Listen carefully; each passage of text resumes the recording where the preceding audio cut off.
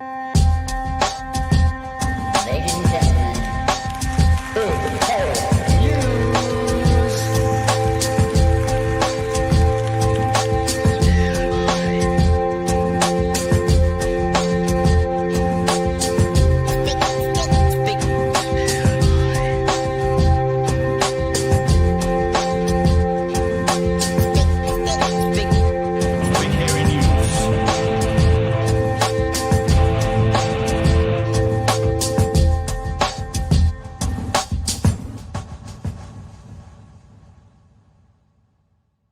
Hey, kia ora koutou i te whānau. Welcome back to another episode of Big Hero News. Kia ora, Chewie. How are you, sir?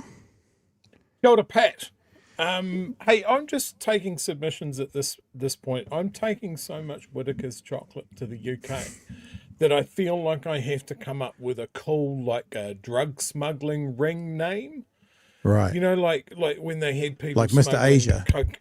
Yeah, Mr. Asia or Yeah. whatever they call those cool Captain like, Whittaker's? triad.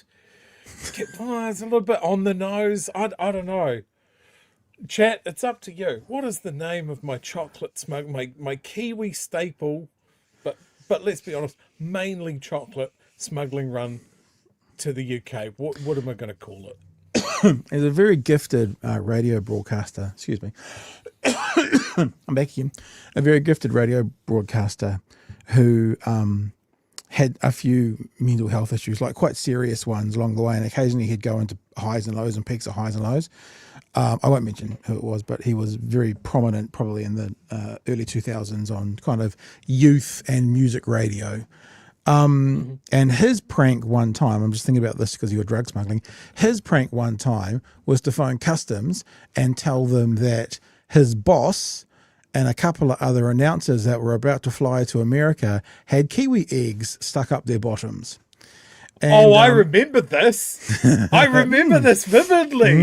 Yes. Yes. So Chewie's making a joke about his drug cartel name. Nobody get any silly ideas about it. And I don't know if that was the thing that got him fired, but it certainly didn't go over all that well with with anyone except the listening audience, who found it hilarious. No one within the building thought it was particularly good. Oh, there you go. What about Mr. Porirua? There's a name for you. Oh, no, I'm sorry. I have a winner. Winner? It's too good. Chicken dinner? Yeah. It's too good. It was real close. And look, It's finished already. We're not cutting it off. Mr. Coco. But Would you go come Coco or on. Koa? Pablo Chocolate Bar. That's pretty good. It's too good. The joke's pretty too good. funny. That's pretty good. Oh. Although we have mentioned before that you are not allowed to be funnier in the chat than the people on the show. This is a rule. Hey, lots going on tonight. We are going to, for the first time ever actually, to be playing some content from Duncan Garner's show. He claims a whistleblower has sent him an email, and that email is a pretty clear indication of what the inner circle of the National Party think of the Prime Minister. I'm suspicious that about the email, but I guess we will show it to you and play it to you, and you guys can decide for yourselves. It just, yeah, I'm suspicious of it. You might see why. I'm not saying it's not real. I'm not saying it hasn't happened, because he does kind of sell it like he knows the person who's given it to him. Therefore, he knows their background. That may be the case, but a few words are used like it could have been an anonymous thing. So anyway, it's if you're not a fan of Mr. Luxon, it's pretty funny to listen to if nothing else. So we'll have a squiz at that. Also, you mentioned stuff last night and their headlines about riddled bullet, the car riddled, and that they do this. Today there was a headline on stuff that was kind of hinting at, maybe saying, Chippy's not going to work with Te Pati Maori after the election. Chippy was asked that 2 or 3 places today, so we've got some audio and video to play for you, both from RNZ and from Big Herald News about that. And it's just to not to spoil the lead. It's not quite as serious as stuff would have had you believe by their clickbaity headline, Joey. Yeah. Yeah, like I'm real dark on stuff today. I mean, the aftermath of yesterday's big story. They've sent reporters to the family's farm where they clearly weren't wanted or invited. I get it, it's a big story, but I one of the guys I follow on Blue Sky summed up where we're at with this story better than anyone. The kids are safe, the guy's dead, that's it. I don't need to know any more about the situation. The kids will need some help and support, but it's not in the public interest for any of us to know anything about it. I'm sure the New Zealand media won't get really fucking weird about this family forever. I will hold my tongue on some of the information that we've received today. Speaking of leaks, but we've received an email from someone today who will always remain nameless, who paints a picture of knowing the families and a bit of behind the scenes. Paints a picture about the relationship between the mother and the kids and the father and the kids.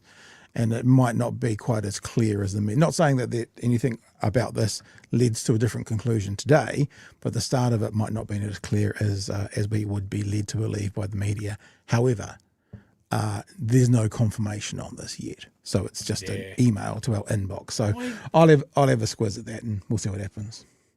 Yeah, I'm just of the mind now that everybody should just fucking leave those kids alone. Like, there's still court proceedings, still family court stuff to sort out. That's a fucking nightmare, even more so now. Yeah. Those kids have such a long road in front of them, and I think it would just be in everybody's best interest to just keep their fucking nose out of it. Couple of other little things to talk about through the night. Of course, Trump's letter to Epstein has now been proven to be the case. I don't even draw. I'm not about drawing. I don't draw. It's a lie. You know what it is. Fake news. It's fake news. Not even about it. There's also something that happened last night, Chewie, when we were talking about the Jacinda Ardern interview. We don't normally respond too much to the chats on YouTube once it's been posted. We do get complaints, and I got a few today about how we're stifling free speech and my comments won't even turn up. And I've just said to them, that's because the YouTube algorithm has decided to stop you. We just put it on and that's what moderates.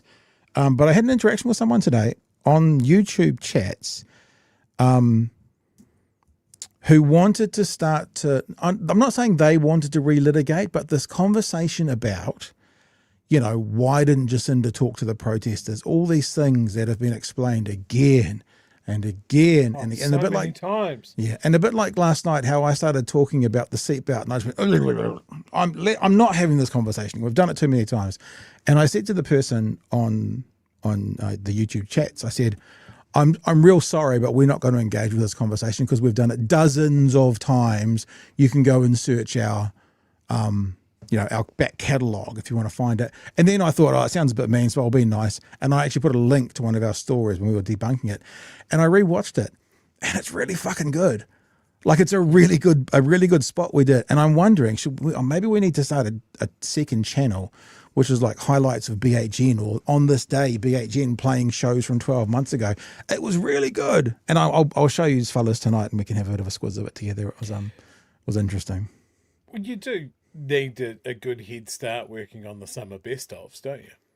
Yeah, I've actually thought about that in the last couple of days, dude. So yeah, I probably will. Not like last year where I basically made all of them in the space of 4 days, 10-hour days. I should probably start working on them now. All right. And also to kickstart the show, it is local body election times. We are a nationwide show. Well, we're an international show. But 93% of our audience comes from New Zealand. We are a New Zealand focused show. So the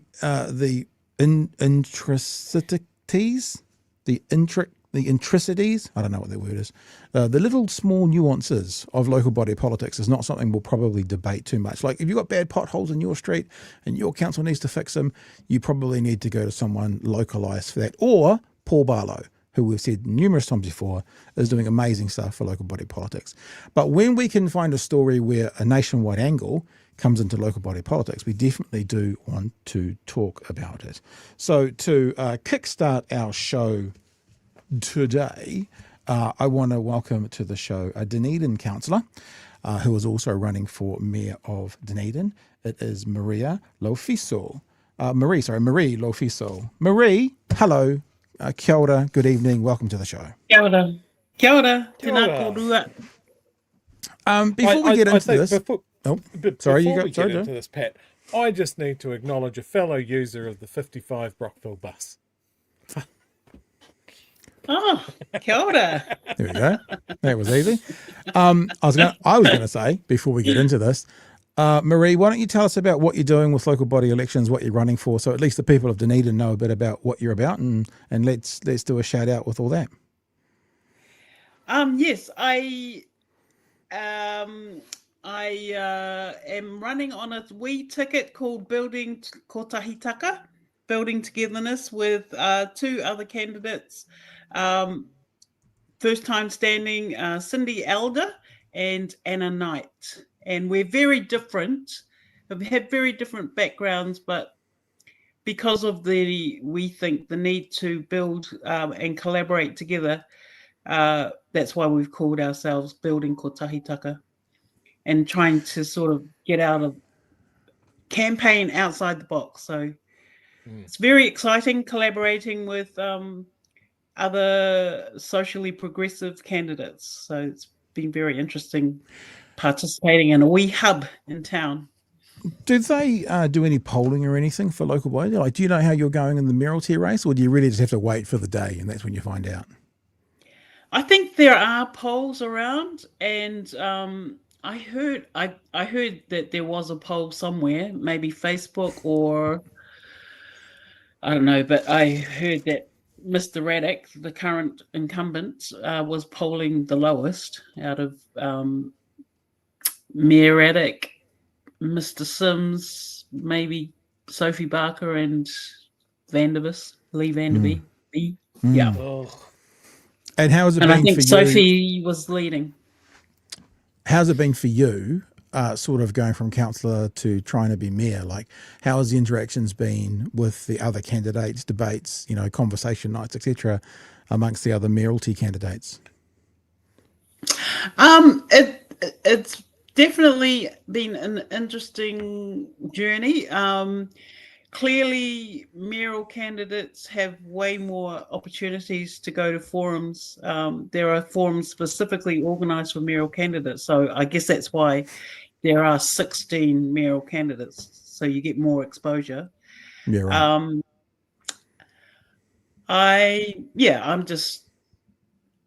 I'm not particularly focused on the mayoralty itself, but I do have a perspective that I'm trying to. I think we've started campaigning way too late, but that's all right as a ticket. Are you But it is what it is.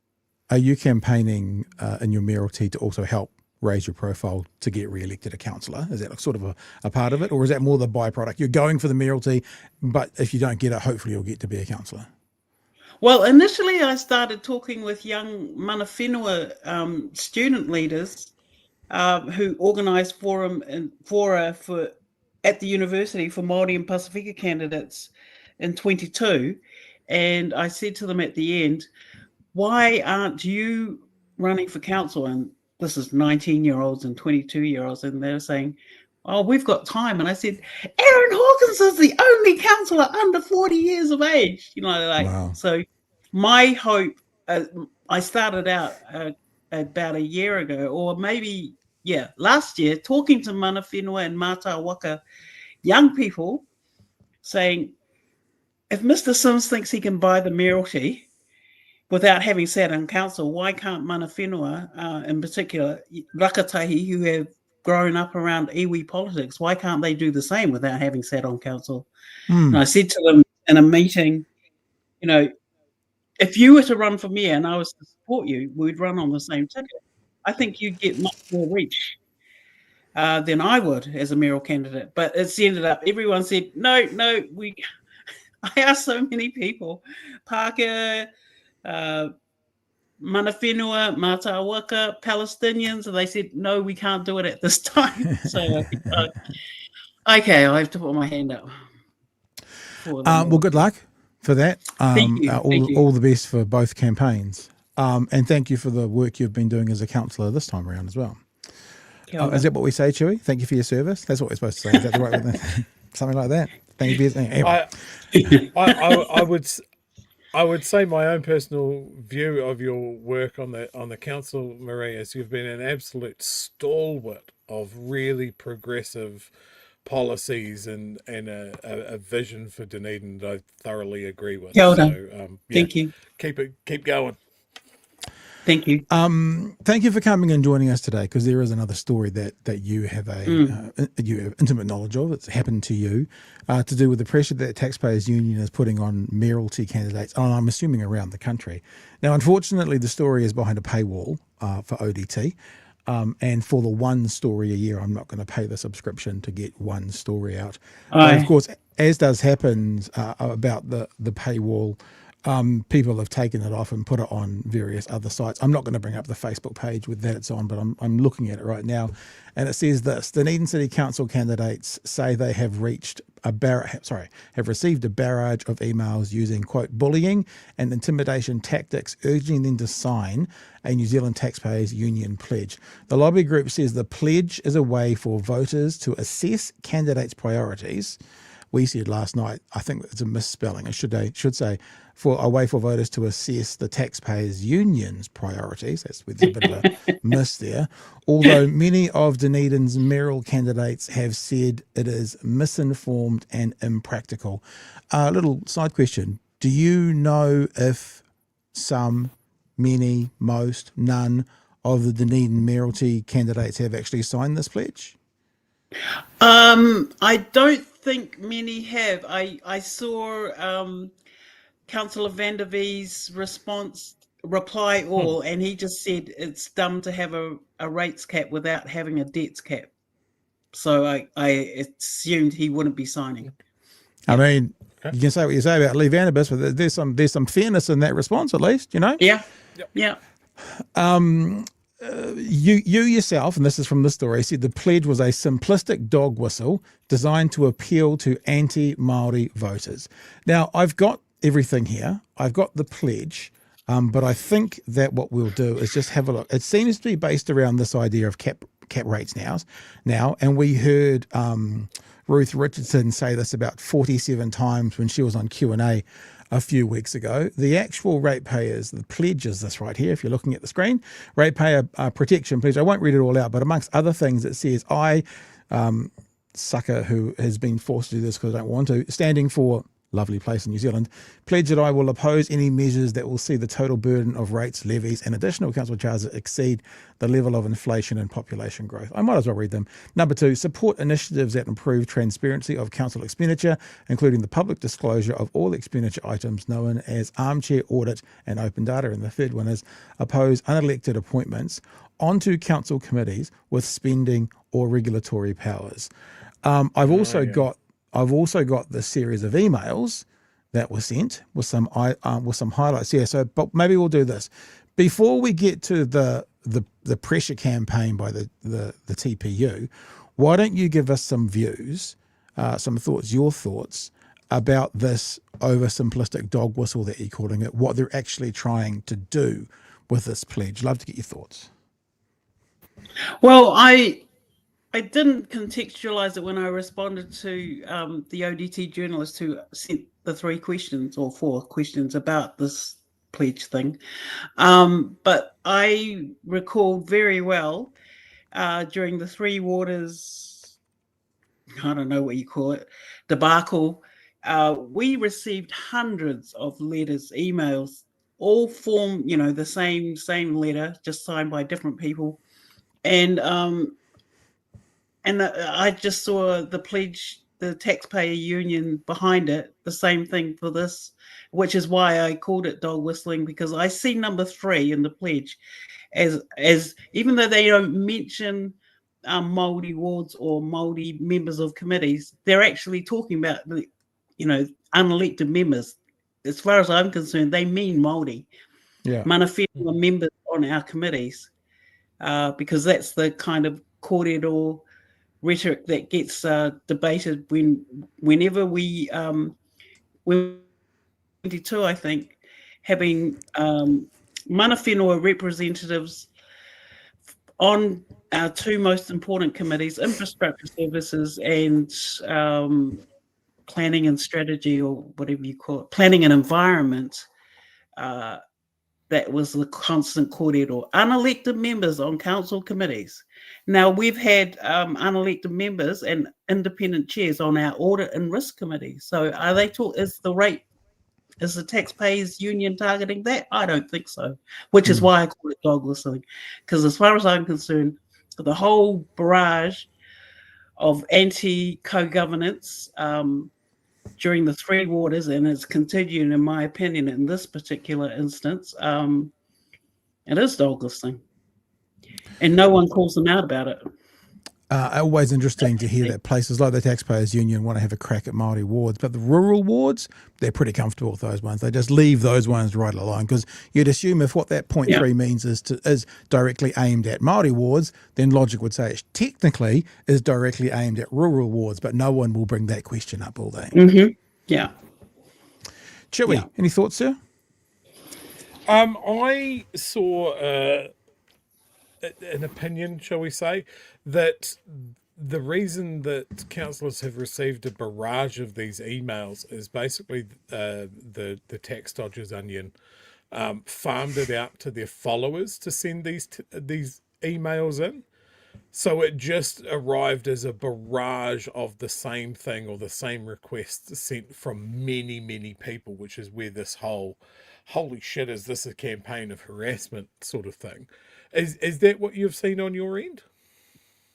Well, so the first one that I received, or that we would have received, came from David Farrer, and then the second one came from Peter Williams on their taxpayer unions, and he's saying this is not good enough, and you have 2 days, blah blah blah, and then came the the other form emails from voters, and then yesterday morning or afternoon came one from Sam Warren, again from Taxpayers Union, saying, voting starts tomorrow. You still have time to sign up to the pledge. So which I think is bullying. Let's have a look at this, right? And just be aware, these first, I think, 5 or 6 are in the space of a week. It's like Friday, Saturday, Sunday. They're all one day after. The first one was from David Farrer. It said, I'm just going to read out some of the kind of highlighting points to see, as Marie has said, the advancement of the conversation and the language and the pressure. He says this: based on my polling by my company Courier, I can confidently say most voters agree with the 3 limbs of the pledge. Rates to be held to inflation, no more unelected members of council, and increased spending transparency. Support for capping rates, talked about that, to inflation especially, had a very strong and broad support. Overall, it is supported 3-1. And then he goes through a whole series of facts and figures. He says New Zealand First people actually supported it 5-1, and Te Pati Maori supported it 5-3. That was sort of the difference. I understand the Taxpayers Union has send you, so there you go, Mr. Ferry, probably want to proofread your articles, sent you a copy of the Ratepayer Protection Pledge, but that you have not got back to them. I know you are busy, but with literally hundreds of thousands of signed supporters of the Taxpayers Union, I encourage you to sign the pledge so they can endorse you as ratepayer friendly and someone their supporters should vote for. First one, I'll just do the Peter Williams one as well, because the Peter Williams one to me feels probably the most aggressive. This is from Peter Williams. This was the next day.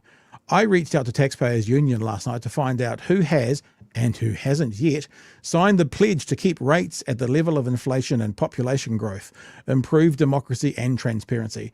The Taxpayers Union tell me that your name is missing from that list. With the greatest respect, that's not good enough. If you want to say that you stand for ratepayers, you need to sign it before midday Monday. Other candidates in your race have signed the pledge, and the Taxpayers Union will be making sure your potential voters know it. Sign the document, take a picture, and send it back to me on this email. I've even chat to the Taxpayers Union. I'll even chat to the Taxpayers Union and ask them to send you some free signage or run some local adverts to support your campaign. But you must get off the fence and send me back the signed pledge. If you can't agree to all 3 limbs, though all seem very reasonable. At least tick just so you can get on board with sign and return. There's some more there, but Chewie, I don't know if that's the first time you've heard them. Why don't you have some thoughts first of all, Chewie?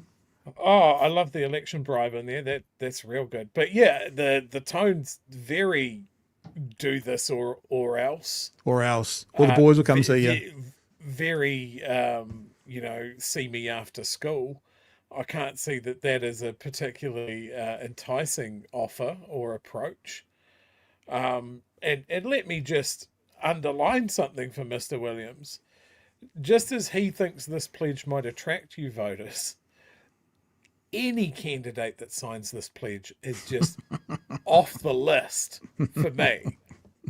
Like, so I guess thank you, Taxpayers Union, for making it easier for me.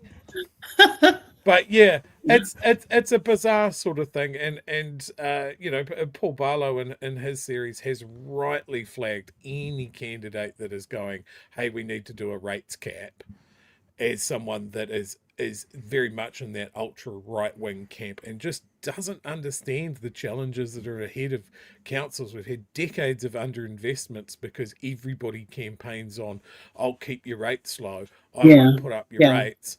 Oh shit, all of our pipes are broken now. Yeah. So it's just flying in the face of reality. Yeah.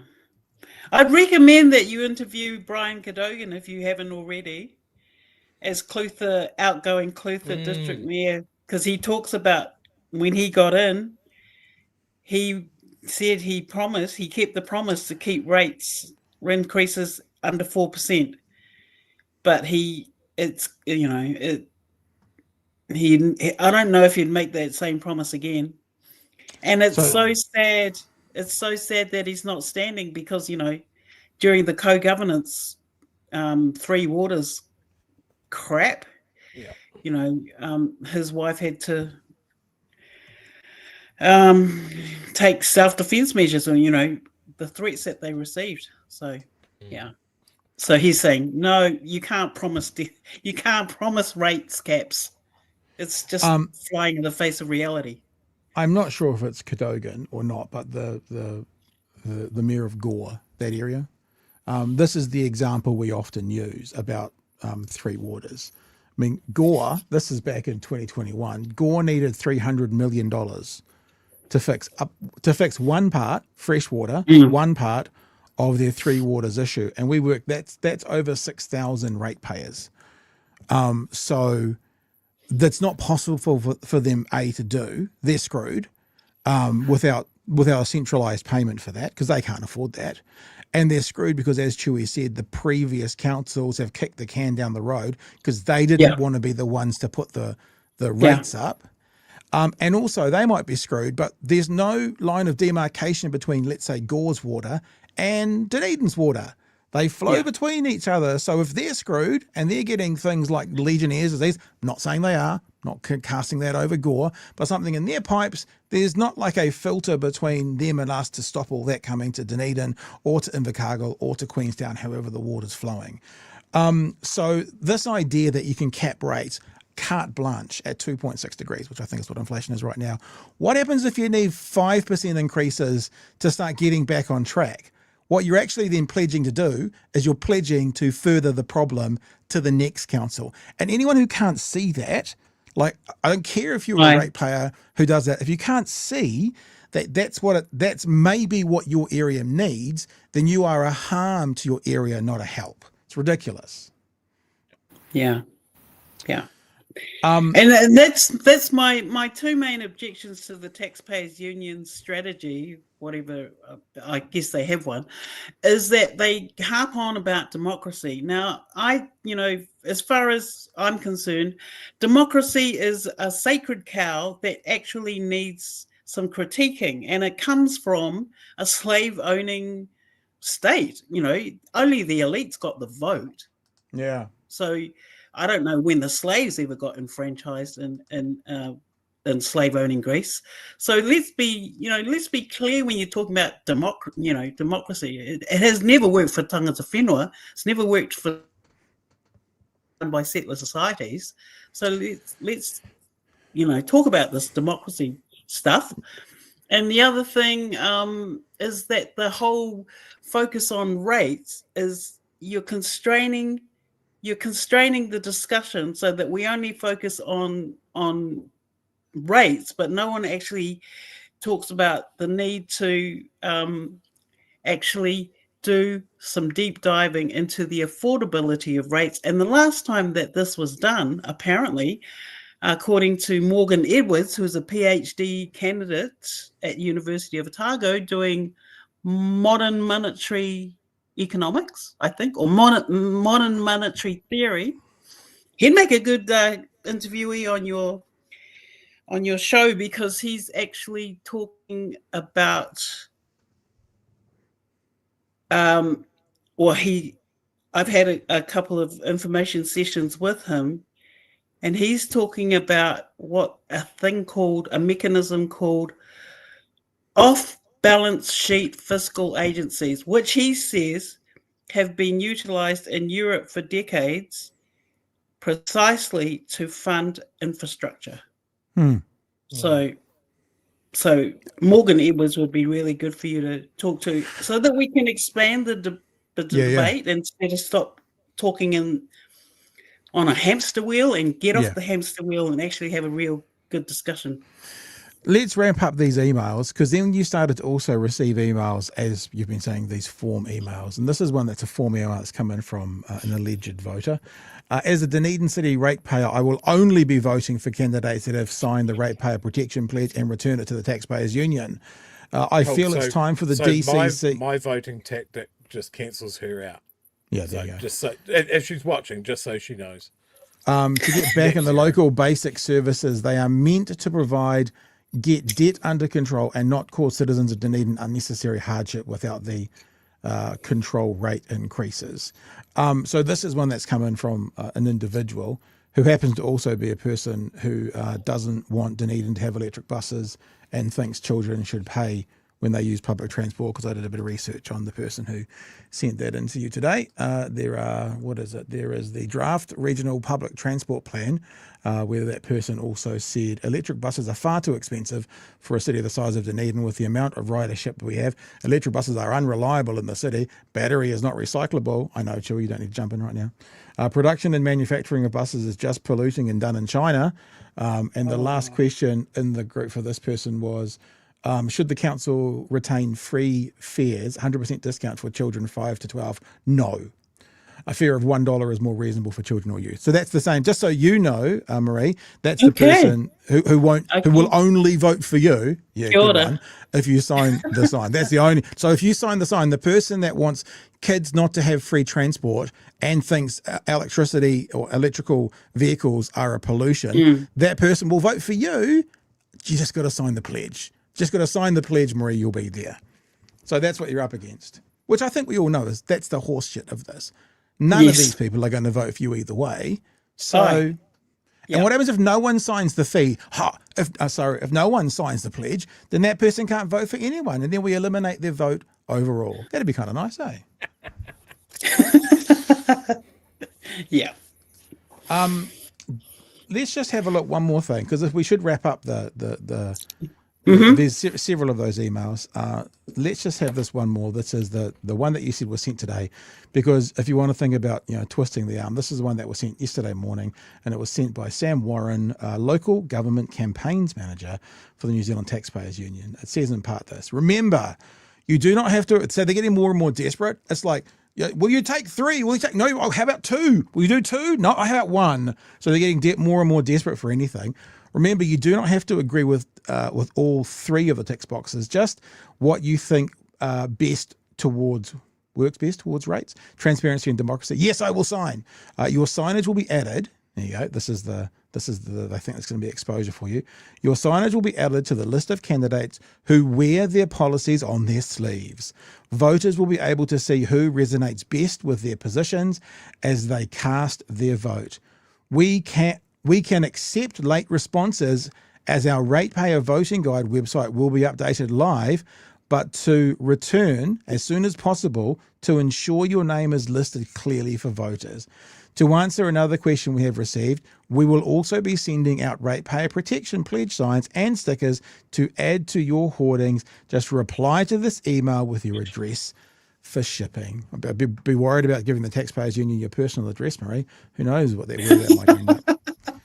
So that's a kind of full guide. There's 6 or 7 emails we got to. Then there was a few more that I didn't because they were just more copies of those rote ones.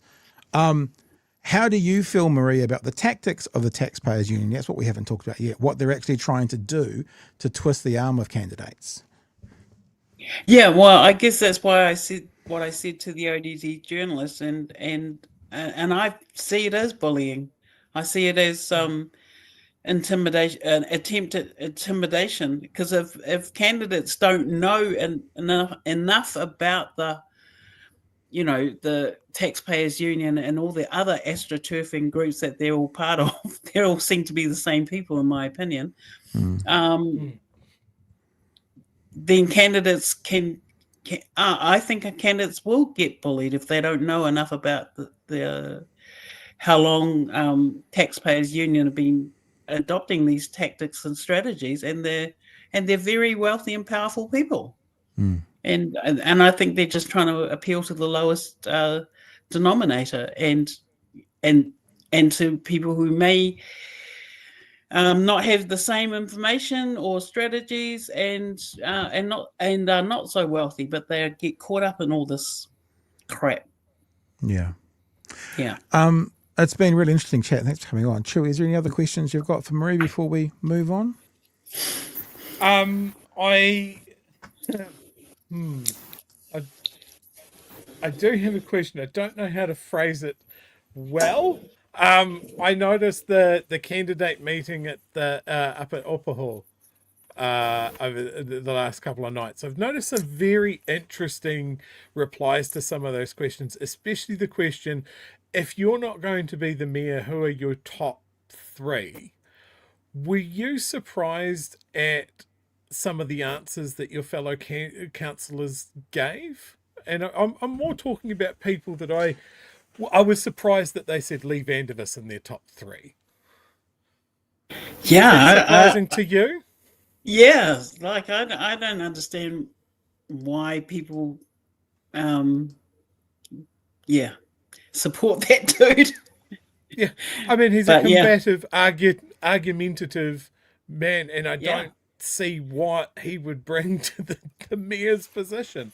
But hey, as I said, it's answers like those that make my choice out of all of these candidates very, very easy. It's dropped a couple right down for me, and it's eliminated a handful of other ones for getting a ranking at all. Yeah, it's interesting. Yeah, just very surprising. But in some ways, it's a, what do you call it? It's a closed, it's an echo chamber in lots of ways, unfortunately. But that's all right. So I guess with our little building called Tahitaka, we're actually trying to appeal to those who don't vote or are not registered. And so we don't actually see those people who come to those forums as our constituency or our voters, but it's interesting to go along and participate. Yeah. Hey, Marie, thanks so much for coming and joining us tonight. Thank you for the opportunity. Oh, no, mate, anytime. Lovely having you on. It's good, Lovely having you on. And if you need anything else, just shout out.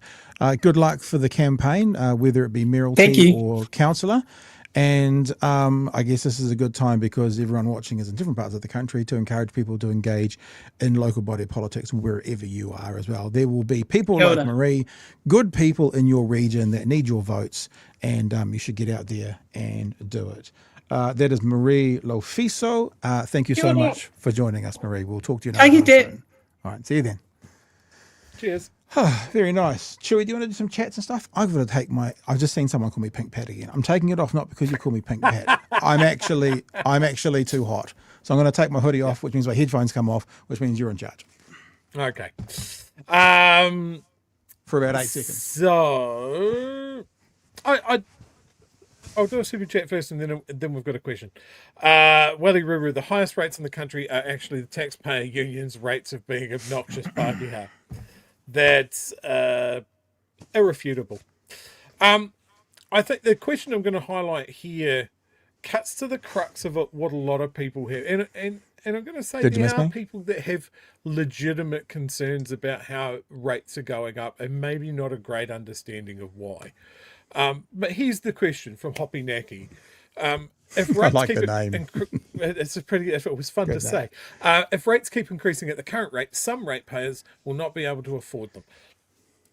That's a valid concern. Like, of people course. see their rates go up, but what we need to understand is why that is. Like, if the other thing happens, if we bring it down to a rate where everybody can afford their rates, then your pipes fail. Your council's not able to fill in potholes. It's not able to do what, I hate this term, the nice to haves, like But- children's playgrounds and the other stuff that a city needs. There is always going to be people that can't afford things. Yes, Pat. Often in life, the equal and opposite is true. Often in life, the equal and opposite is exactly as true. So the equal and opposite to Happy Nacky's, I do like saying that, comment is, if they don't increase and things start failing and things go backwards, then what? You know, so it's like, if they keep increasing at the current rate, you're right. So what's the solution to? And we only use Gore because it's such a clear example. $300 million that's needed in Gore to bring their fresh water up to standards. So if they don't increase to do that, what's the outcome for there? Like all of the region of Gore, 6,000 ratepayers not being able to have fresh water. So the equal and opposite can also be true when you're talking out these things. And there might come to a point where there's not actually a happy medium, because the happy medium of is what? It's not really Legionnaires. Maybe it's just some kind of parasite in the water, but not as bad as Legionnaires. You know, there may not be a middle ground for some of these other things. And I'm not speaking as an expert. I'm just saying there may not be a middle ground. You might have to go all or nothing. Yeah, and I think this comes down to what certain groups want people to think of. And we've seen it in central government, and we're seeing it in local government now, is this term of like, all councils do is waste your ratepayer money. And there's always going to be an example of a project that a council is doing that not everybody agrees with. It might be public art and children's playgrounds on one end. Like, I could get really bent out of shape about that because I don't have any children, so why are some of my rates going to a fucking playground? Or it might be cycle lanes. But at the end of the day... Or dog parks. Easy. Dog parks. Dog parks, yeah. At the end of the day, councils have to spend the money to maintain both the function of the city and the amenity for its citizens, its ratepayers. Everybody has to get something from it. But if you pick it down to, well, what's this thing that you don't like? Your money's being spent on it. I think that's just facetious. Like, I think somebody up in Wellington, and I forget the name of the article that it was in, but said, you know, look, everybody's bent out of shape about cycle lanes. It's costing 62 cents per ratepayer to do these cycle lanes. And, you know, cyclists are ratepayers. They deserve amenities. They deserve to be safe. Just the same as a motorist deserves a car park. Well, I mean, You know, the cyclists could say exactly the same thing about the money being spent on roads for cars. It's exactly the same argument. I don't ride a car. What it boils down to is the people running for council need to be honest. And this is the same when we talk about central government talking about taxes. Let's have an adult discussion. Big chunks of our politicians, local and national level, are treating us like children. They're not having an honest discussion about, we are going to take money from you so you can get services and amenities. You know, you won't care about how much rates you're paying if you see good value for it. But the moment that there's a drop-off because successive councils and councillors have run on, I'm going to keep rates to inflation, and I'm just going to kick this problem down the can, the bill comes paid for someone. And this is what we're seeing now as councils looking at that debt of spending, of going, fuck, we've got to do something about this. And we're seeing these bigger, unsustainable jumps rather than a smooth increase in staying ahead of the problem. Yeah. So that's what I say. So that boils down in these local body elections. Anybody that says there's a rate cap, no, I'm not voting for you. You're an economic illiterate, and you're sticking your head in the sand at best, and at worst, you're lying to me. So you don't get my vote.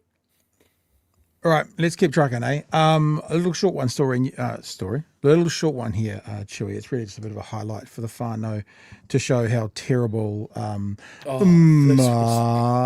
Mitchell is at his job. Bad. I might need to turn the sound down because they decide to use the, what is it, Larry, what's his name show after Seinfeld?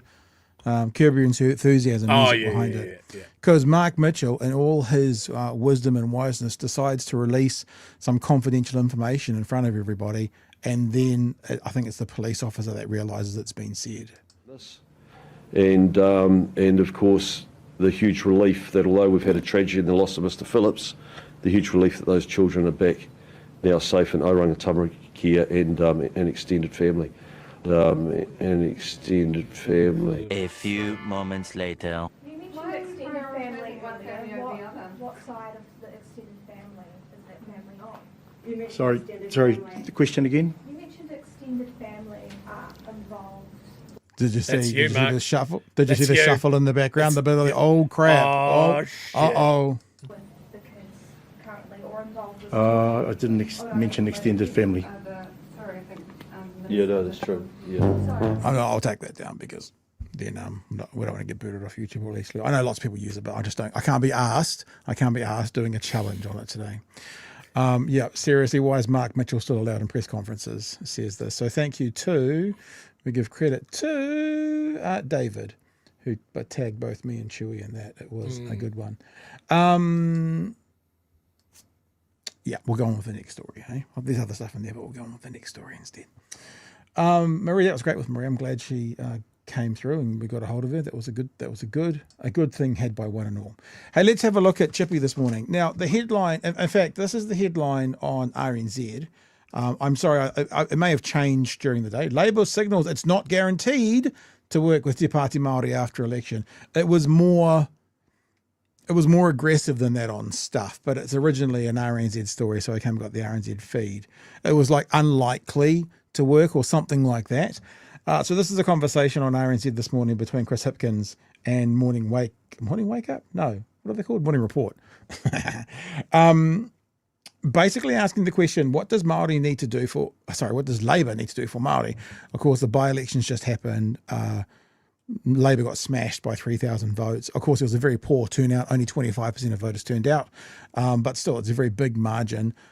We think that was a big margin because, the voters were smart enough to know that if they put in Orini, they get 2 because Penny's already there rather than the other way around. And so is this a sign that, Labour is losing a lot of ground with Māori? What does Labour have to do to, get Māori on board? That's the question. Hang on, is that the question? It is the question, but it's not that clip. It's because that says 5:31, and it's at, they both say 5:31. Oh, let's do that one first then. There is a little short clip here first about culture war stuff, and he's talking about what Winston Peters says about them, and he basically just defers it immediately and gets straight back to what are obviously going to be the talking points for Labour for the next 12 months, which is jobs, health, homes, and cost of living.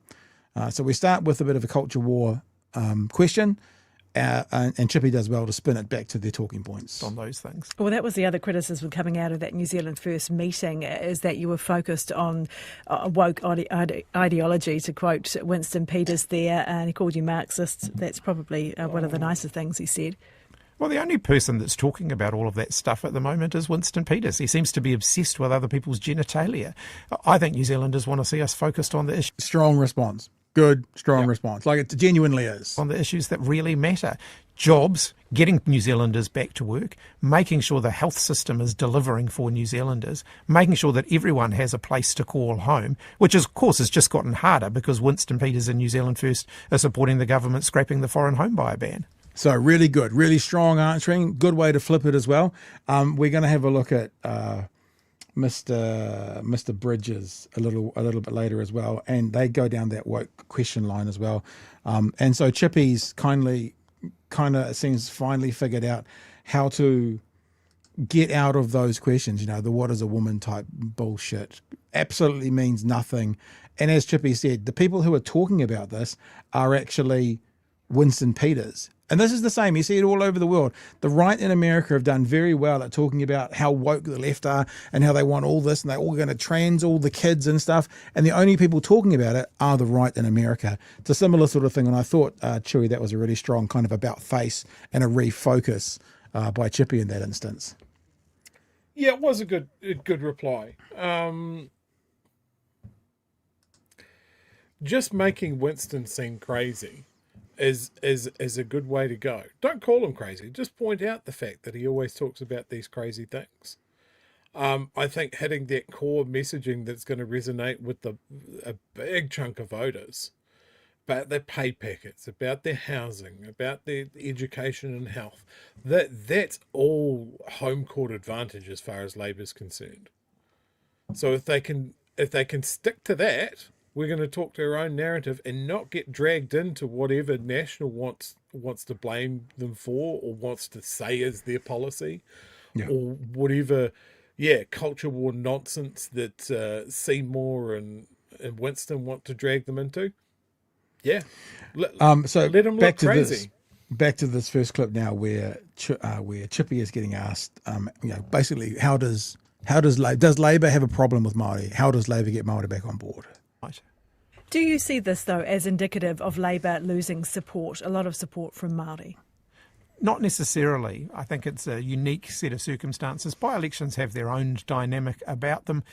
We've clearly got some work to do in the Māori electorates, and we never have taken them for granted, and we certainly won't be at the next election. What about Taku Te Where's post criticising Labor's Asian, Black, Indian and Pākehā supporters? Was that racist? I strongly disagree with Taku Te Where's post. I don't think there's any place for that in New Zealand politics. New Zealand is an inclusive, multicultural society, and I think most New Zealanders want to see us embrace that. Was it racist? I certainly didn't agree with it. And what do you think about this, Chewie? I mean, we often talk about the other side not answering questions and going around it. Should he say yes or no? Is it racist, or is this an unwinnable trap? Because it's pretty gross. It's a pretty gross thing that was said. It was. I've seen it, and I disagree with it as well. But I think the problem is here that Hipkins and Labour have rushed to be seen to be attacking Te Pati Maori on several occasions. And then they seem to be running on this assumption or hope that they're not going to need allies. They've done that to the Greens and they've done that to Te Pati Maori. I think he would be better served to go, hey, look, we run our campaign with the people that we have. You know, just in case people have missed it as well, this is the post. This blows my mind. Indians, Asians, Black and Pākehā campaigning to take a Māori seat from a Māori. That was the post they're talking about. It's a politically dumb thing to post out, in my opinion. Because we're talking also about that. Like, okay, so now we're playing politics, for a sec. We've talked about Chippy, you got to stop shitting, not shit on the Greens. You're bigger, they're smaller. What about the smaller parties shitting on Labor? Is that okay? Like, is that a smart move? Because they do still have to diversify themselves away from Labor. We don't want Labor to shit on the Greens. The Greens is the one we've typically used. What about the other way around? What about Te Pati? Look, Te Pati Maori are going to have, because they're further left, so are the Greens, they're going to have some real disagreements with Labor. Is it okay for the smaller party to shit on the bigger one? That's an interesting question. I would look at that at the point of, like, we've talked about this in terms of comedy and a bunch of things, punching up and punching down. Yep. If you're the big dog, you're the majority party, don't punch down. Yeah. You know, you can see to be above what the smaller parties are saying. You could listen to them. You could comment on it. But I think when your comment crosses over into calling someone's statement dumb, you know, it's not helpful. I don't know how I would respond in the same place. I would I would love to know what Ferris was thinking before he sent that out. Or maybe we did see exactly what he was thinking. It was an unwinnable thing to tweet out. All right. I Let's don't keep think going. it would have won him any supporters. We'll keep going with the interview, eh? So he's getting asked several times, was it racist? Was it racist? And we made our view very clear about that at the Willie time. Jackson said it was racist. What do you think? I think we should be aiming for a more inclusive style of politics than that. Given those concerns, how do you feel about working with Te Pati Maori? Can you work with them? Well, we've worked with them in opposition. We've been strongly opposing. So this is the part of the conversation that the headline came out that, they're not definitely going to work with them, or they're unlikely to work with them after the election. This 60 seconds. Strongly opposing together many of the anti-Māori moves that this government have taken. I've said before the next election we'll set out parties that we could or couldn't work with in government, and we'll do that closer to the election. Can you work with them in government? Well, I've said that I'll set that out before the election, Ingrid, and the election's still still at 18 months or so away. Don't you think voters have a right to know that now? As I mentioned in the intro, that you've got more support. I want to try and be balanced and do the same for both sides, but it doesn't matter 12 months out. No one's making their mind up who they're going to vote for today based on who they would form a government with. So Ingrid is unfortunately right now falling into that journalistic thing of, you're not answering my question, answer my question. This question doesn't need to be answered. Like, it really doesn't need to be answered. No, if we were a week out from an election and people were going, if I vote for these guys might come in, fair. We're not 18 months away, Chippy. You're a bit off there, sunshine. We're probably 12 to 14 months away from the next election, and let's say within 6 months, those questions have more validity. They have no validity right now to nail it down. Like, I don't know what she thinks she's nailing down here. This is not going to go anywhere, but everyone knows it's not going to go anywhere. I think the question that would put this to bed, the answer that would put this to bed as well, is just that we will work with parties that align with our values. Yeah, I still think just leave it political. open as that. It's so far out. It's open. I think these guys could still also go, and it sounds quite aggressive, but I think it's okay. Asked and answered, because he's literally just answered the question. Like, he's literally just answered the question, asked and answered. More support than any other party. You could well be forming a government.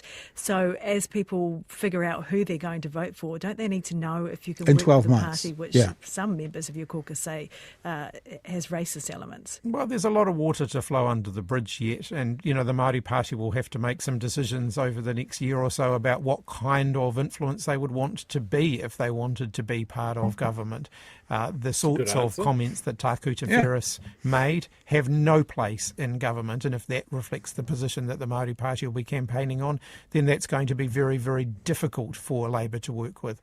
If, on the other hand, they embrace a more inclusive approach that says that the role of government is to govern for all New Zealanders. But hang on, Chewie. He didn't say we would absolutely, we would cradle the balls whilst working with them. That means we hate them. I didn't say that means we hate them, so we're not going to work with them. This has just got about 10 seconds. We'll get to the end. Then, we may well be able to find a lot more common ground. So they would have to have a change of approach for you to consider working with them in government, maybe having them around the cabinet table? Look, I've said that I'll set that out much closer to the election. There you go. That's the end, Chewie. I agree with you, and I think that was a good answer. It basically was what you said. If they align our values with them, saying this kind of thing does not align with our values. I guarantee that if someone within Labour said this kind of thing, right, same sort of thing, Chippy would be of the opinion that if that's the path they're going to take, maybe they're not the best person to be number 4 on our list or whatever it is. It's the same. It's the same. There's another tactic there is you could pull the question away from it and go, look, I'll tell you who we're willing to rule out at this point, and that is Winston Peters and New Zealand First. Have you asked National if they're willing to rule them out this time, or they're going to leave the fucking door open for him again? Chewie, we need to start a consultancy, because that's a very, very, very good angle you just came up with. That's actually a very good angle. You know this guy who wants to measure everybody's genitals to see how long they are to see if that means they're male or female. Well, why don't you go ask Mr. Luxon if he's going to rule them out? Because we'll rule them out right now. We won't work with them. As for people on our side of politics, well, as we get closer to it, we'll figure it out. Are we talking about Stuart Nash today? It's not in the program, but are you going to be talking about what he said this morning on the platform? Yeah. So, Hang on. That interview that the platform has censored and have not put out in its entirety, and these guys who have wokely taken some words off the internet from what free speech champion. No. Imagine if you're getting public money. Imagine if you're getting public money from a government, and then someone who is a political ally to that government asks you to remove content. Imagine how terrible that would be, Chewie. I have appeared to have set off Pat. No, we brought up the fact of like who Luxon would work with, and I just like. That's the main story. For those of you that don't know, Stuart Nash went on the platform and was asked the question, what is a woman? And because Stuart Nash is a moron, he just went, anyone with tits and a pussy is a woman.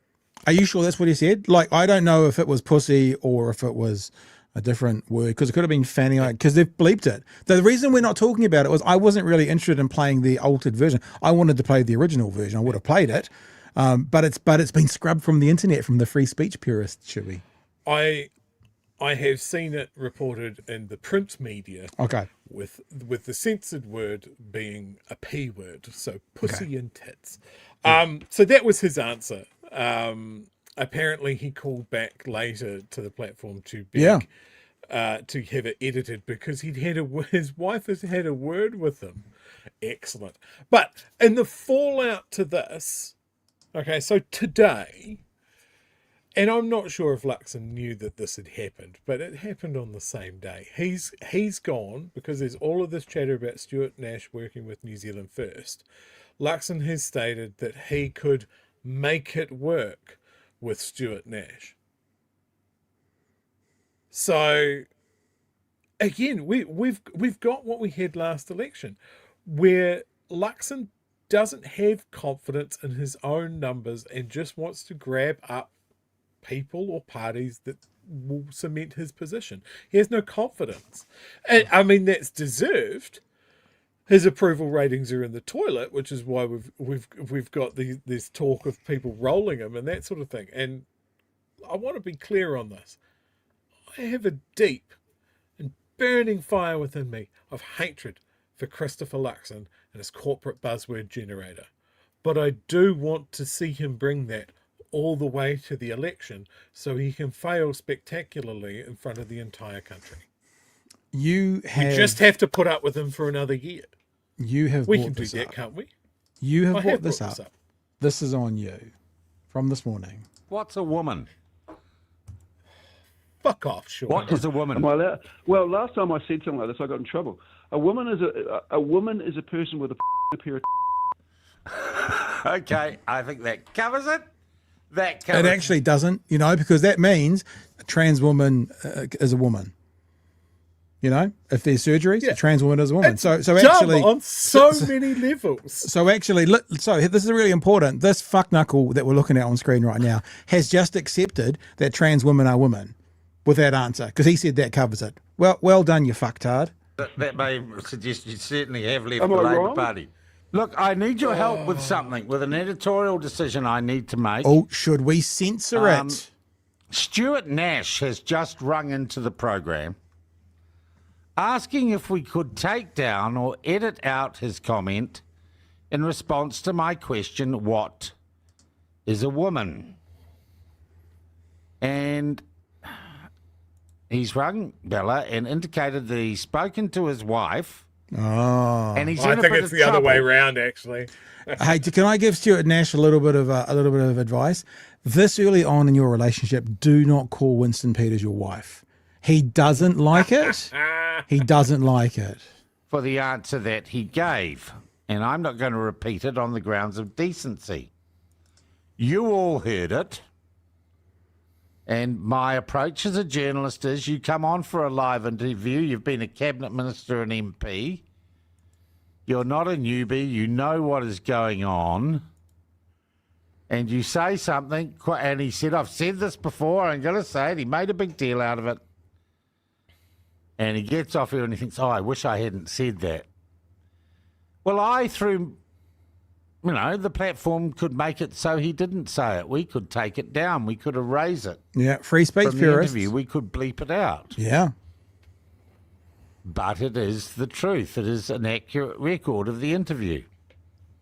Anyway. So, And what do I do? as you've just heard, they censored it. So it's we do this all the time, guys.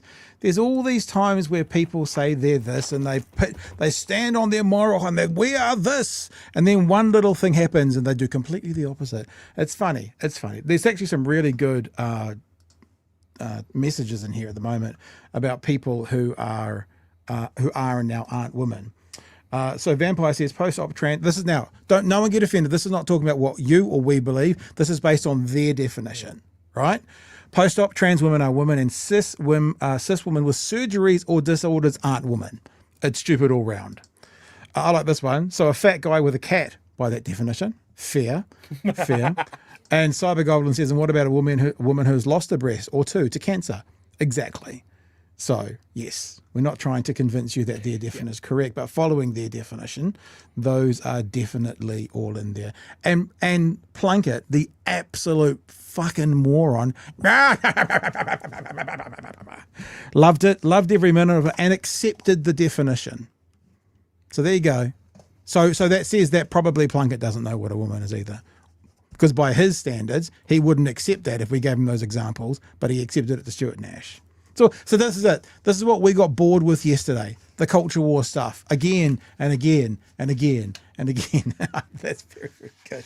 That's very, very good. Very, very good. Yeah. Foxy on Blue Sky is why did you bring that up? undefeated. I wasn't going to talk about this tonight because I was like, I want to play because basically what he's done, what Plunkett's done is scrubbed it off the internet. I desperately want the original version of it. I want to put it on the internet. It's got to be back out there. So We'll find look, it. this might also be okay. There you go, Fano.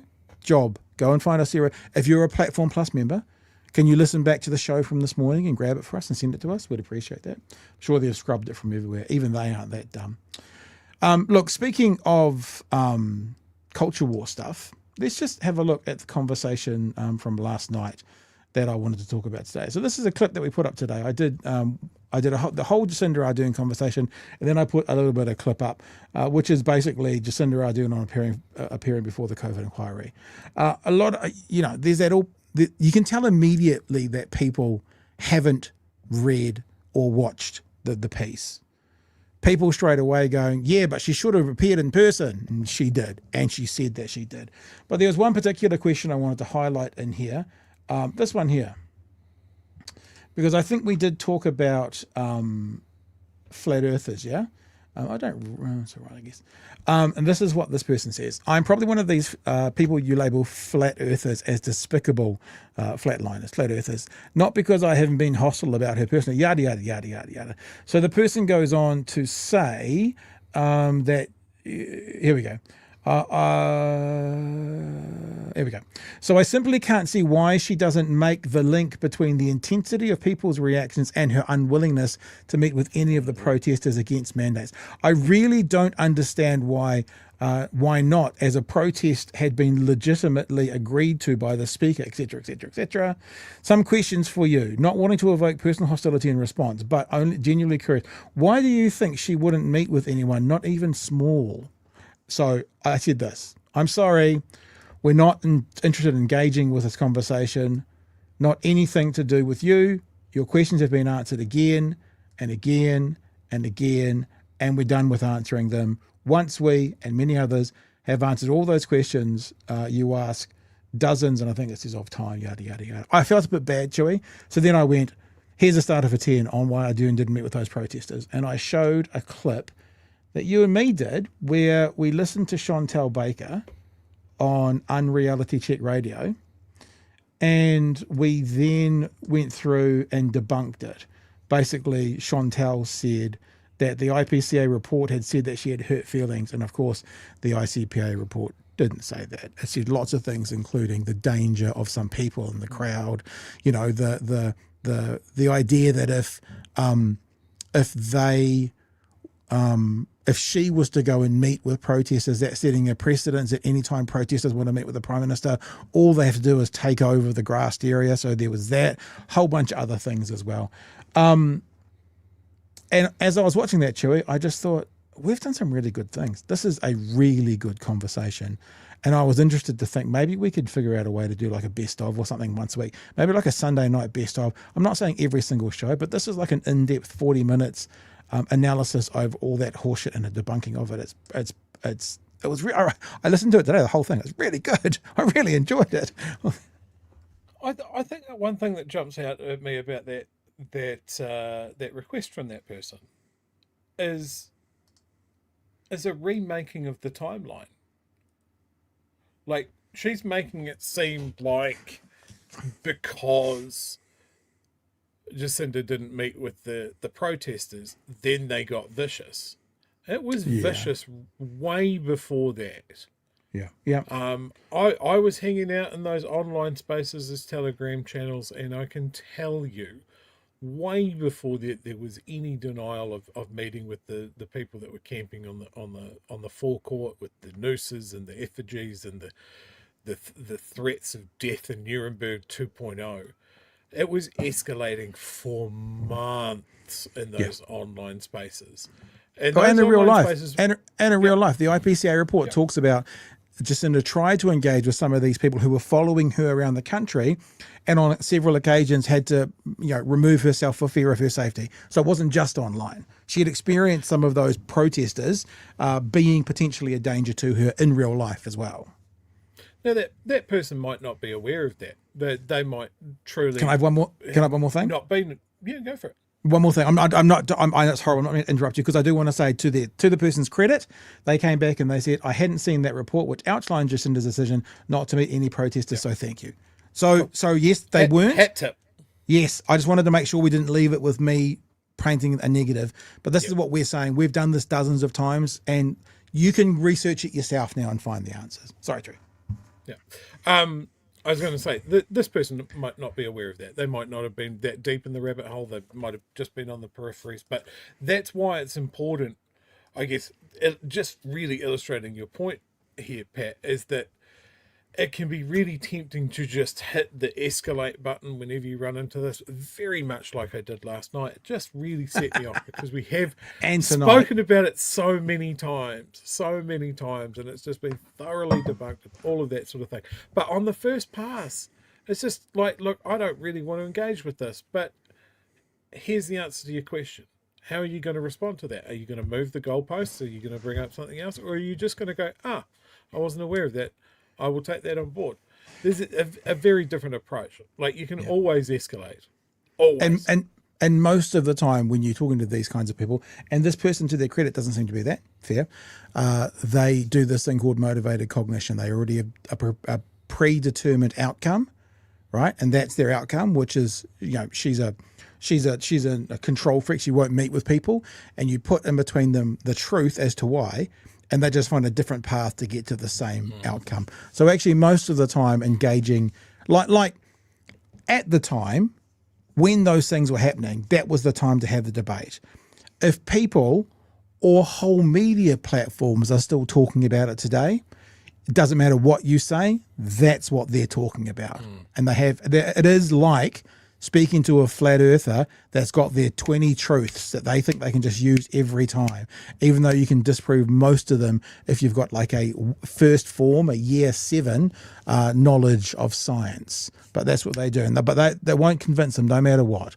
They just stay with their 20 things, and if you prove it a different way, they go, there must have been a problem with the test. You must have done the test wrong, or something like that. So anyway. And look, the government should be ashamed. And it should have its nose rubbed in the fact that they played into this with the narrative that Hipkins and Ardern did not participate in the second public inquiry, Crown and Crown inquiry, because they did. Yeah, they did. And this is their cleverness. From national social media around it, you wouldn't know that. Yeah, this is the cleverness. I don't think they ever said they didn't participate. They said they wouldn't come to a public hearing. Yeah, they wouldn't show. They didn't show. Yeah. But they did participate. Someone on Twitter today said to me something about, if it's not face to face, like they were implying, for example, that they were a written response. If it wasn't face to face, then, you don't get a chance to see someone in the eyes, and if you can tell they're lying and stuff. And I said to them, she appeared twice. What do you think the panel did? Closed their eyes so they couldn't see her during that visit? And of course, that gets a very facetious response, but so be it. All right, let's clean up some of this stuff in the super chats, because there's a bit of it. The happy nacky we've done. Arvids has just got a late fee there. Thank you for the super chat, by the way, Arvids. Peter, people going on the Maori roll are more politically switched on than those on the general roll because it's already an active political decision. Yeah, nice. That's a really interesting point. Thanks, Peter. Kiwi says, I whakapapa Māori ngā tāhu, and I strongly disagree with what Takuta said. It was very dumb, harmful, and it was racist. He needs to apologise. Yeah, it's interesting things going on with Te Pati Maori at the moment. I don't know if you've seen it, Chewie, but when Oreni won, they went and did a report with Marae, and they came out of that report, and Mikey Williams, is that right? Mikey, TVNZ's Mikey, was waiting outside in the corridor to talk to them, and they basically moved Mikey to the side, and they walked past, and they wouldn't engage. And the person said to Mikey, if you need any answers, you can get them from Marae. That's it. And they moved on.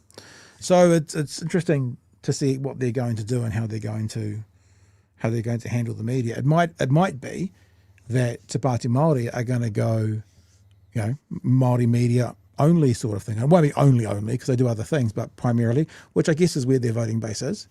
And it'll be interesting to see what happens from here on in. And I guess people are like Oreni they're fluent, the first language sort of thing. So that's where they can go and can speak and can have conversation. So it'll be interesting to see what happens over the next 12 months.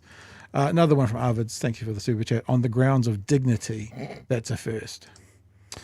All right. Well, that's still on the super chat. Do we need to leave that there because it's one of the best ever? Is that being left there for you in the super chats? The star. Oh, that's just for me. Yeah. Okay, I'll leave it. I won't get rid of it. Let's have a look at. Oh gosh, Plunkett's in my feed now. What do I do? We've never shown any. Whole feed. Throw my computer out the window. We've never shown any of Duncan Garner's work.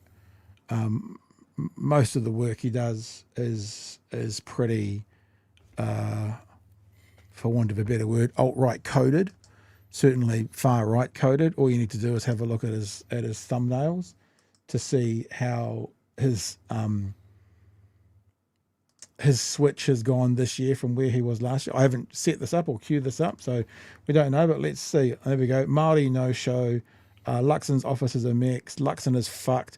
Ferris is an embarrassment. Goodbye, Luxon. The truth with fucking the ventriloquist puppet. The cost of crisis is Hipkins' mess. New Zealand gambling in crisis. Rates revolt. So yeah, no policy. The coal crusade. It's just all it's pretty weird. It's like people who are now supporting ACT New Zealand First. Notice what they're attacking. They're attacking Labour. They're attacking Māori. They're attacking National. So that tells you where the messaging is going for the audience of Duncan Garner. So he had what he calls as a whistleblower. We're taking it with a grain of salt. I've seen no evidence that this is accurate or true or someone that he knows, but we'll have a listen to it. It is a whistleblower's reflections on how much Christopher Luxon is hated in and around the National Party circles. Let's have a listen.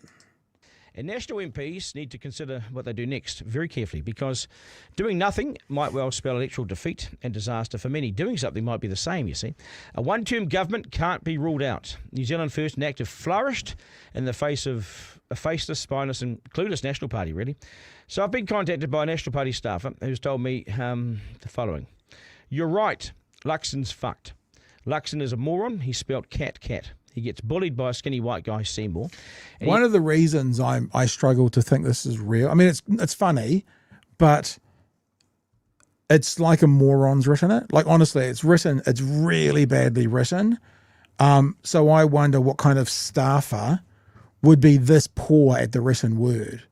So I've got no evidence to say it's false, but it's really badly written. Like they could find out who this person was by just going into Luxon's office and finding the dumbest person in the room, if this indeed came out of there. Luxon is a moron. He spelt cat. He gets bullied by a skinny white guy, Seymour, and he has no idea what the Kiwi struggle is. Massive wanker, weak as piss.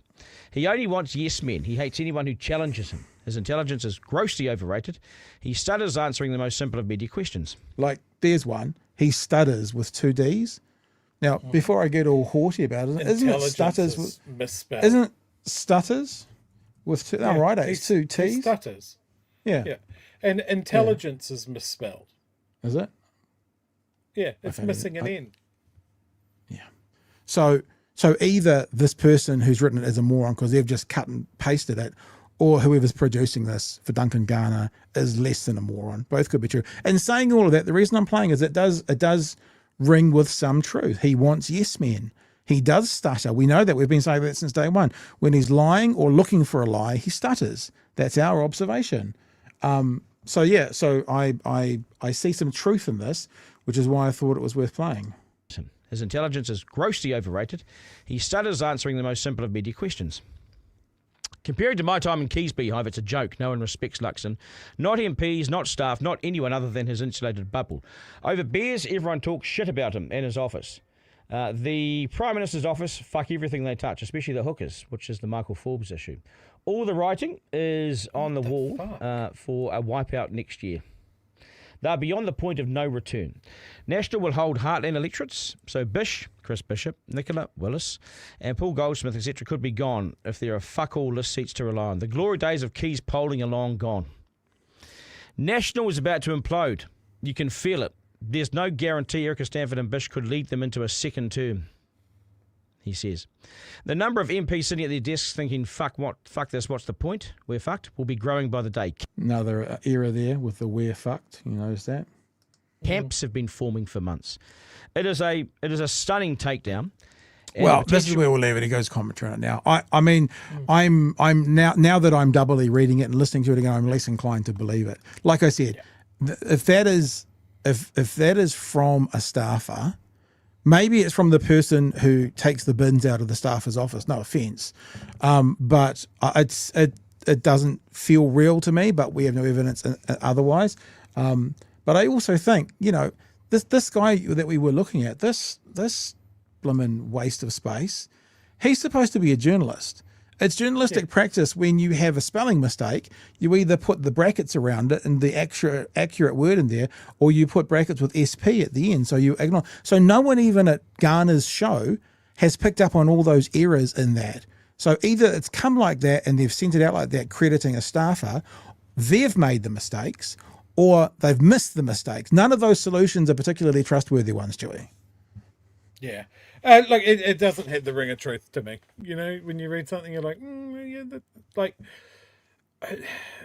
why Garners decide to run with us breathlessly without checking or verifying it in any way, I just think speaks to where he's at. Like, he wants this to be true. Like, I want it to be true. But I mean, to run with it just verbatim, like he has, it's a strange choice, and it's a strangely written. Like, if you were thinking about someone, and I mean, okay, like if someone posted that on Reddit, I'd go, oh, okay, sure, but yeah, this is a serious journalist. Yeah, we know people. We have people on the show here. Think Clint, who have worked in Prime Minister's officers as staffers. Would you ever expect anything that kind of quality of writing coming out of? You know what I'm saying? It doesn't feel accurate, yet Garner says he's got it from a staffer. He implies he knows who he's got it from. I think the most likely scenario is it's come in by someone claiming they're a staffer. He doesn't know where it's come from. It's anonymous. And unfortunately, for those of us who love the idea that that's what his office looks like, it's probably not the case. And Duncan Garner, the revolting job you're doing, purposely pitching to the far right, for the quality that you supposedly are as a journalist, that is, if someone did that in journalism school, they would fail. If someone gave that to a journalist student and said, clean this up so we can use it, they would fail. What an embarrassment. What an embarrassment. That's the story. More than the supposedly. Or just remember, Duncan Garner did say that he would have voted for Trump. So, you don't have much faith in that. So, all right, team. One more thing, I think. I've got one more little one. We've done a lot of stories tonight, some of these little ones. Here's the one for you, Chewie. This is to wrap the night up. People want something lighthearted and fun. Jeffrey Epstein, lighthearted and fun. Epstein estate files reveal suggestive letter allegedly from Trump, but White House insists it's fake. And there it is. Shall I read it out to you? It's chilling. It's gross. Guess what I've been looking at to buy? Sheesh, get out of there. So this is, I'll say allegedly from Trump. It's from Trump. Voiceover. There must be more to life than having everything. Donald. Yes, there is. But I won't tell you what it is. Jeffrey. Nor will I, since I already know what it is. Donald. We have certain things in common, Jeffrey. Jeffrey. Yes, we do, come to think of it. Donald. So weird. So weird. What does that say? Oh, enigmas. Enigmas never age. They just hang from their neck, apparently, in a cell. Enigmas never age. Have you noticed that? Jeffrey. As a matter of fact, it was clear to me the last time I saw you. Donald. A pal is a wonderful thing. Happy birthday. And may every day be another wonderful secret. Donald J. Trump. Oh. and then it's signature, the signature placement, Pat. Yeah. Just for the audio podcast, let's be clear where his signature's at and what it's meant to be. Yeah. Pubic. It's a pubic hair. That's pubic hair. His dumbass signature. Supposed to be Bush. I had a terrible joke then. I actually not even going to suggest what the joke was, but it was bad. Anyway, You're being rude. You're fake news. You're fake. Stop being rude. You're fake news. Yeah. And Trump's response to this when it first came out, I don't like drawing pictures. I don't draw pictures. Pictures of me, I don't draw. And then, of course, all of the squiggles that he's drawn for charity and sold to various schools and locations all then came out the next day. I've never drawn. I don't draw. Yeah. Guru says Donald's Bush. Is that what we're looking at? Maybe. All right, Chewie. Is there anything else, sir? I'm just thinking if I've got anything more in my tabs to get to, because I think I'm full up. I think I'm done. No, I don't believe I have anything else. Covered a lot. We did a lot of stories. I know. Did you like the stories, chat? You like the stories? Happy birthday. No, it's not his birthday. Table Salt says meth vibes in that grammatical nightmare. Yeah, there you go. All right, let's wrap up with this. Mr. Alex, I do appreciate you being in touch with us and sending us questions, but 99% of the time when you ask questions, I have literally no idea what you're talking about or any opinion on it. So, but we'll leave this till the end and do. Just wanting Pat and Chewie's take opinion on the national transport ticketing solution that has been delayed until next year again. I have no idea what you're talking about. So I have no opinion. So unless you, I know about it. So tell me. You know how every regional council has its own public transport tickets. Like here in Otago, we have B Card, and Auckland Transport has its own one. And Wellington has Snapper and all of that sort of stuff. This is how long it goes back. I remember they were talking about Snapper being able to be used on buses and trains in Wellington. And I think that reasonably recently just happened. But the idea was that we would have one integrated ticket for all public transport options in the country. Sounds fucking great. One ticket to rule them all? Yes. Yes. They have been discussing this for over a decade. Many, many different governments have taken a run at it. I would say at this stage, if it's been delayed, it's probably been delayed for good reason. Yes, it's frustrating, but it's a big project. And can you imagine the chaos if they launch it and it's not ready? So I'm going to put on my person who plays video games a lot hat and say, if it's delayed, it's probably delayed for good reason. I am reminded of a story from being up in Northland when we went to Waitangi. You get the ferry from Paihia across to Russell, and I think there's 3 different ferry services, and you buy a ticket for one of them, and you go across, and you come back on any 3 of them. So they've obviously got an agreement with each other that you jump on, you got your ticket, you go across on ferry company A, and you come back on ferry company C, and your ticket still works. There you go. Is that sort of the idea, but like bigger?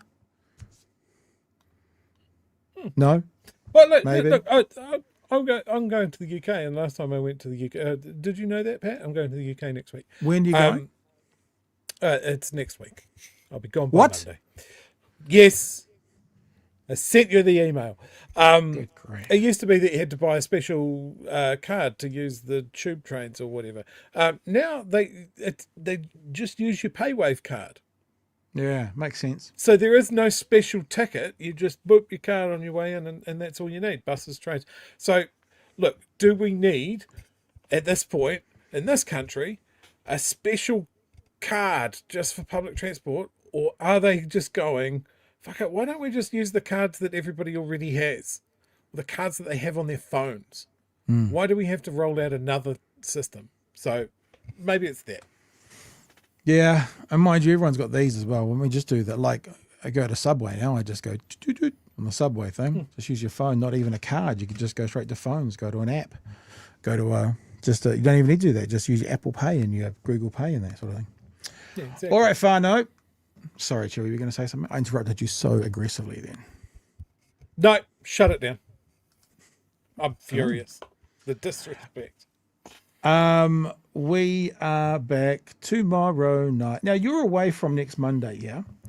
Are you away for what, you told me 2 days? Is that right? So you're back on Thursday? Is that right? No, that's incorrect. I arrived back into the country on the 30th. What day of the week is that? That is the Tuesday. I won't know what up and down is or what time it is, or probably for a good couple of days after that. But I will touch base. And I am planning to send you content while I'm away. Hopefully not of me getting arrested at a Free Palestine rally, but you never know. They're scooping up hundreds and hundreds of people at a time. Yeah, I guess you got to be careful now, don't you? Because you can't even use various phrases anymore. What happened in the UK? They passed a law making another group sort of a terrorist organisation, and you can't now acknowledge them. What was that story? What was the group? You can't say I support Palestine Action. Palestine Action Group or something? No, just Palestine Action. So you can do Gaza Action. Yeah, maybe. Yeah. Who knows? But my aim, as it always is not to get arrested in a foreign country. Really? I thought you were down for that kind of stuff. All right, it's good that we do these. In my own country. Good that we do these in real time, because now I've actually looked at, then I'm going to need to find some people for a bit longer than 2 weeks. That's fine. It's good to know. You should have sent me your dates. You should have sent me an email. Why didn't you send me an email? It's pretty poor. Do I have to check with the PR department again? Do we have to another one of those meetings where you bring a support person to? Is that where we're at right now? I'm getting sick of those meetings that you have to bring a support person to. You're just making me mad. We're back to Mummy and Daddy are fighting. Okay.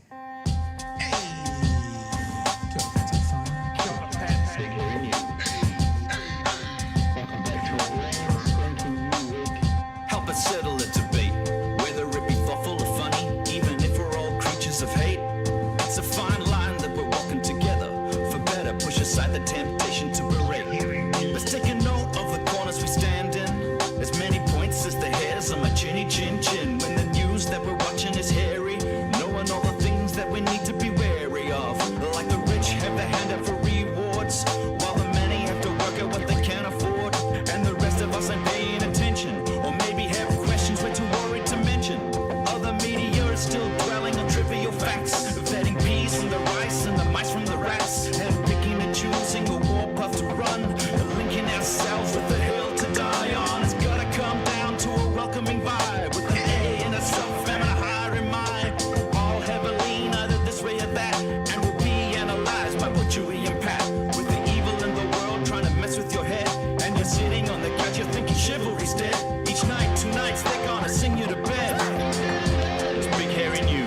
I left Scruffador's comment up there just for you, Chewie, just to make sure you saw it.